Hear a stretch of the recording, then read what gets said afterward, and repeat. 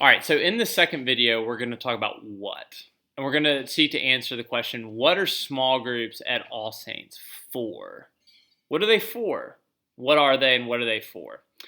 And again, we recognize that a small group for youth is going to look different than a small group for 50 plus. And that a small group perhaps in Great Hills is going to look different than a small group on South Lamar. And that each of you in your different contexts and in your different demographics are going to take on a certain flavor. And yet, we're seeking this fixed or common vision that unites all of our small groups and really all of you as leaders in this common goal and this common purpose, okay? So what are small groups at All Saints for? Well, we're saying there are about three things, and they all begin with S. Because can a pastor really do a video like this without alliterations? Here we go. They all begin with S. So the first one is shepherding. Small groups at All Saints are first and foremost about shepherding. Again, this goes back to what we said before. Our goal, the why, is that every sheep might have a shepherd. And we're going to let's talk very briefly about what it means to be a shepherd. Well, really, the vision, if you want to know what it means to be a shepherd, just look at Psalm 23. The Lord is my shepherd, I shall not want. He makes me lie down in green pastures, and he leads me beside still waters. He quiets my soul.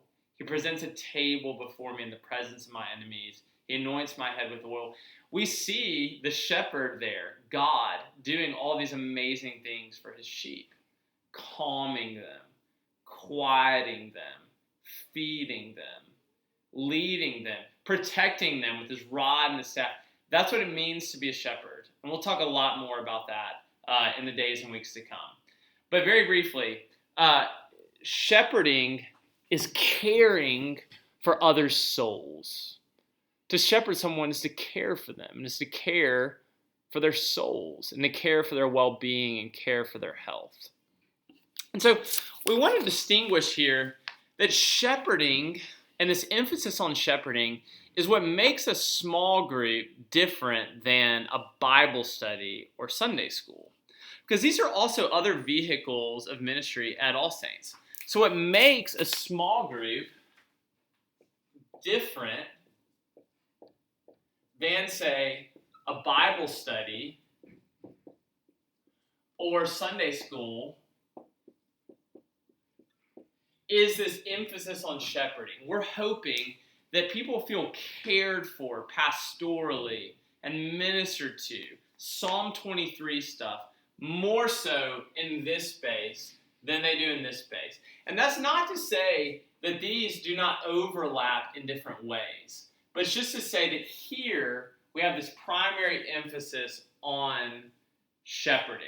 And so what that'll mean is that small groups are avenues for things like relationship developing and conversation and application, more so than they're primarily an emphasis on teaching and on content and on explanation. So again, they're more about relationships and conversation and application than they are primarily about teaching or content or explanation. And that's not to say that a small group cannot have these things. But if it only has these things, then it's a Bible study or Sunday school. It's not a small group. It can have these things, but it better also have these things. And there's a particular emphasis on these things, because these are shepherding things. The Lord is my shepherd. That's a relational metaphor. Okay? So first and foremost, small groups at All Saints are about shepherding, the care of souls. But the second thing they're about is spiritual formation. Spiritual formation. And this is sort of a Christian buzzword. So let's just talk about it for a second, okay? You know, one of the things that the Apostle Paul says is that physical training is of some value, but training in godliness is worth far more. It's funny, during COVID, many of us, I'll walk around our neighborhood and I'll see all these people doing home workouts in their garages. And COVID has been the season in which a lot of us, have kind of adopted these new exercise patterns and rhythms and are forming our bodies in new ways, right? Maybe our bodies have become deformed and now we're trying to form them again. We're aware of this virus that's out there. We want to stay healthy. But spiritual formation is training in godliness. It is building up our spiritual muscles, as it were.